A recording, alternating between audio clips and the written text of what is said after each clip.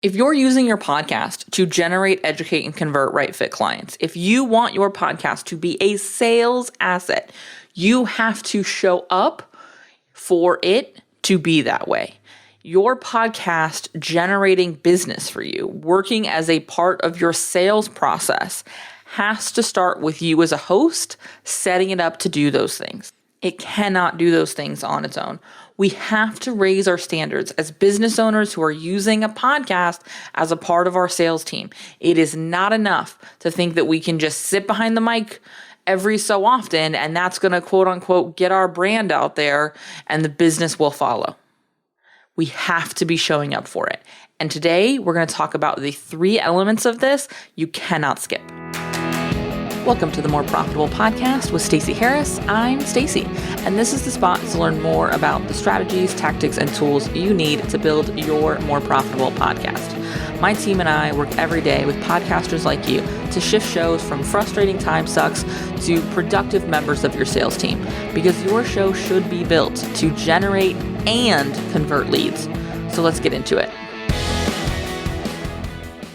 I am warning you right out of the box on this one. I'm probably going to get soapboxy. It's probably going to get a little honest here, because this infuriates me, to be completely honest. It's so frustrating to see people struggle, honestly, to see people pushing this rock up a hill and being able to see really clearly that it's never going to do the things that you want it to do, because you're not doing the things it needs to be able to do what you want it to do.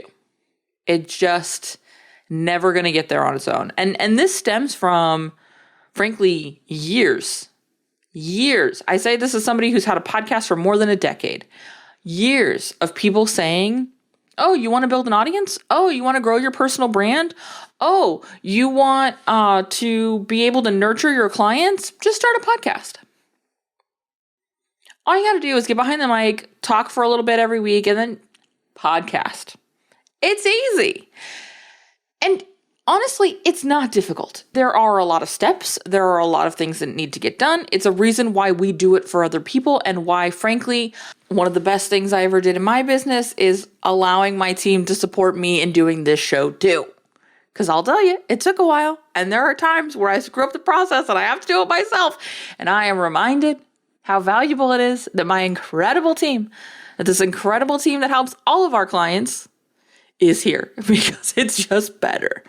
It has to be, though, that you're doing the setup and the support work to set your show up to fill the role you want it to fill. It cannot be a build it, they will come situation. It has to be intentional. It has to be strategic. But this isn't about sitting down and building your quarterly plan. I talk about that a lot. I'm going to trust this week that you know that we can set aside the a strategic angle and sort of talk about our show high level, because that's what I want us to be looking at this at today. By the way, this episode is a great episode to sort of trigger some questions for you. If you have something that we're talking about today and you're like, man, I'd love to dig into that a little bit more with Stacey, or get Stacey's take on what my takeaway or my thoughts are for implementing this in my own show, the upcoming Podcasting for Profitability Roundtable, great place for us to have that conversation. This is a completely free call I open up every couple of months. It's Q&A style. You can submit your question when you sign up. You can bring your question live to the call. I will say that I hold space for the people who are live in the room. So we don't have a replay, but you can join us live. Head on over to uncommonlymore.com/roundtable. Reserve your seat for this month's call. It's happening in a couple of weeks.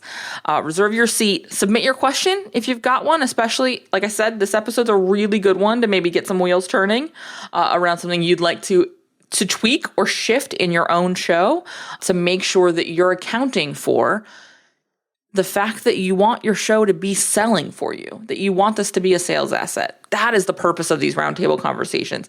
This is a container and a conversation built for you, the kind of podcaster you are. So reserve your seat, join us, uncommonlymore.com/roundtable.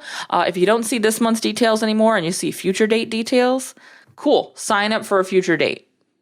We update that every month. When the call happens, we immediately update that same link with the information for our next call. So anytime you want to check in to see what our next call is, uncommonlymore.com/roundtable, I'd love to have you. With that, let's dig in. Let's talk about these 3 elements that now is just a good time to check in with. Now is just a good time to process, assess, audit even. Cool? Number 1, we're building episodes for prospects, not fans. I want to say that again. We are building episodes for prospects, for leads, for possible customers and clients, not fans. You have them. You have people who adore you and love you and comment on every post and listen to every episode and respond to your emails, but they have never, and likely never will, buy anything from you. Doesn't make them bad people. Doesn't mean you're doing something wrong. But oftentimes, because we hear these voices most often, we build content for them instead of building content for our clients, for our prospects, for the people who are going to invest with us. I think this is one of those things that gets easier as you've been doing it longer, if I'm really honest with you, because early in your show, any amount of feedback you're getting from anyone feels like a win. And honestly, that's true for most of your show. Anytime you hear from people, you're like, yes, I'm not talking to myself. Take this as your cue to send me a note. And so I'm not talking to myself, especially this time of year where I feel like I'm batching a bunch as I get ready for the summer and to be able to take some time off from recording. I feel this way a lot again in the fall when I start gearing up for Q4 content and getting ahead there, especially because I've generally taken quite a big break from the summer. But when I return to it, I will be in the same mode of I'm trying to spend hours a day talking to myself.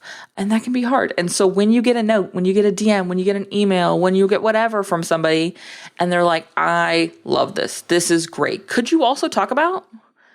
We prioritize that. And we have to be prioritizing it from people who are our prospects, who are our leads, who are our potential clients. We have to be building content for them. We have to be building content for the people who are going to potentially purchase, not just for the people who are loud. And let me say, we started this and I meant it so much, I said it twice. We're building episodes for prospects, not fans. And fan behavior does not always feel as glowy and wonderful as we would like it to. Sometimes they're just squeaky wheels, right? Sometimes it's the freebie hunters who found your incredibly valuable podcast and tell you regularly, which is always really amazing to me, how they don't plan to buy anything, but your show has been so helpful. And if you could just tell them 3 more things so they can continue to not have to buy from you, they'd really appreciate you because they just think you're so wonderful. Right? We've all gotten those emails. They don't feel great. And so it's a really good indicator that we're building an episode for fans and not prospects when we get emails like that. When we get these squeaky wheels, I call them lovingly, but squeaky wheels, these are distractions. These are often going to pull us away from the kind of value we should be sharing and into a kind of value that is really more about us proving how smart we are. Trying to prove to you that we are good enough, smart enough, trustworthy enough, insert whatever modifier you want here, enough. Because that's often what it comes down to. And that really leads us kind of beautifully, almost like it was planned, into the second piece of this, which is you've got to be educating to the sale and not just the process.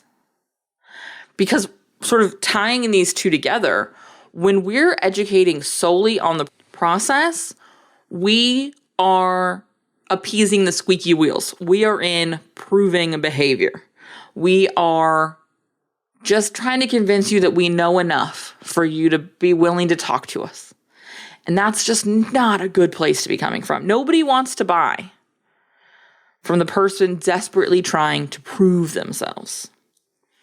And that's when we do that, we stay completely in educating the process. So when I talk about educating into the sale, you're probably going to talk a little bit about the process. You're probably going to talk a little bit about, how people need to be approaching this, or like some things they should keep in mind as they're doing the work you're going to do together. Honestly, this episode, last week's episode, really good examples of this, where we're educating to the sale, not just the process. None of what I talk about today, none of what I talked about last week was about telling you how to do something. It wasn't, a 10-minute video on using GarageBand to edit your show. But it was information you need to be able to get the most out of our work together. So last week we talked about the things you need to know about your show when you're choosing a production partner. Some of that's process, some of that's stuff you need to know about your show. But it also educates you into what you need to know when you hire us, because those are the things I'm going to ask you for. Simple as that. Same with this episode. We're talking a little bit about process, right? Some perspective we need to have on our shows. Some filters we need to be running things through as we're building our show. Some of this is stuff that you can take and just use. But it's also educating you towards the sale, because we're talking about the kind of show you have. This is a great example of self-assessment, of readiness assessment. When you get to the end of this episode and you realize, okay, cool, I'm doing those things, I'm moving that, it just confirms you have the kind of show we produce. And if you don't, if as you're going through this, you're like, ooh, yeah, I'm absolutely building episodes for fans and not prospects. Whoever shows up in my inbox and asks a question, that's what we're talking about next week. Then you have something you can adjust. And you further identify that that's the kind of show you want to be building. And so now when I, in a few minutes, invite you to check out a podcast strategy intensive, spoiler alert, you'll have an understanding of what you want to address in that call. This is what we're talking about when we talk about educating to the sale and not just the process. And so make sure when you're talking about value, when you're talking about nurturing, you're providing value that educates prospects, not fans. And educating prospects is about educating to the sale. Educating fans is about the process. It is the how-to of it all. As we wrap this up, we're going to get to the place where I'm probably the most soapboxy, because it is the most tied into the strategy part of this, honestly. And that's that your consistency is critical. It is an element of building trust. And when I talk about consistency, I'm not just talking about your ability to get an episode out week after week. Yes, that's important. Yes, that's a part of it. But quite frankly, it is the lowest hanging fruit of consistency. In the grand scheme of consistency, that's the bar. And the bar is on the ground. When I'm talking about the kind of consistency that builds trust, I'm talking about how you show up. And again, this ties our first 2 points in even further. Because again, strategy, right? When you're building consistent content, you are consistently educating them to a sale. You are consistently building content for prospects. You're not running from one idea to another. I'm going to talk about this here and that over there, and we'll circle back to this and maybe turn it into a series 6 months later. No. You have an understanding that each of these pieces build together. I was able in this episode to reference last week's episode. You hear me frequently point to episodes from other parts of the content catalog, we'll call it, regularly. You know why? Because I'm consistently sharing the same kind of stuff. When you turn on the More Profitable Podcast, you know what you're going to get. 9 out of 10 chance you get me talking to you like this. 10 out of 10 chance we're going to be talking about podcasting. You know what you're going to get here because the experience is consistent. You have a general idea of how we're going to move through things. You know that intro is going to be short enough that you can double click your fast forward 15-second button and wham, wham. You're on the other side of the intro and back in the content. You know I'm going to give you an idea of what we're going to talk about in that first roughly minute of the show. You know I'm going to dig a little deeper into that after the intro music. You know there's going to be a call to action. You know we're going to get into the meat and potatoes of the episode. Then you know there's going to be another call to act. You know how this show is structured because it's structured consistently. It feels like your favorite sweater when you put it on because you know what's going to happen here. This is what I'm talking about when I talk about consistency being critical. It is an element of building trust. You know what you're going to get when you get here. This is why we see people travel far, far, far from home and eat chain restaurants that they could eat at home. Because sometimes you just want the comfort of consistency.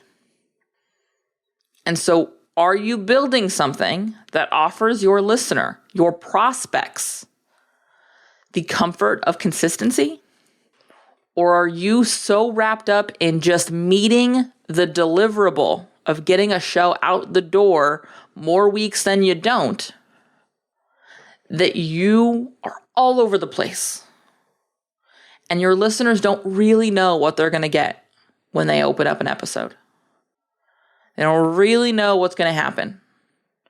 Because then you spend every episode selling them on listening to the episode, not moving them towards the sale. If we're going to be educating to the sale, if we're going to be building episodes for prospects and not fans, it is critical, maybe the most critical, that we are consistent, that we are building that warm sweater you want to come back to. Because I want you to know that this is what you're going to get here.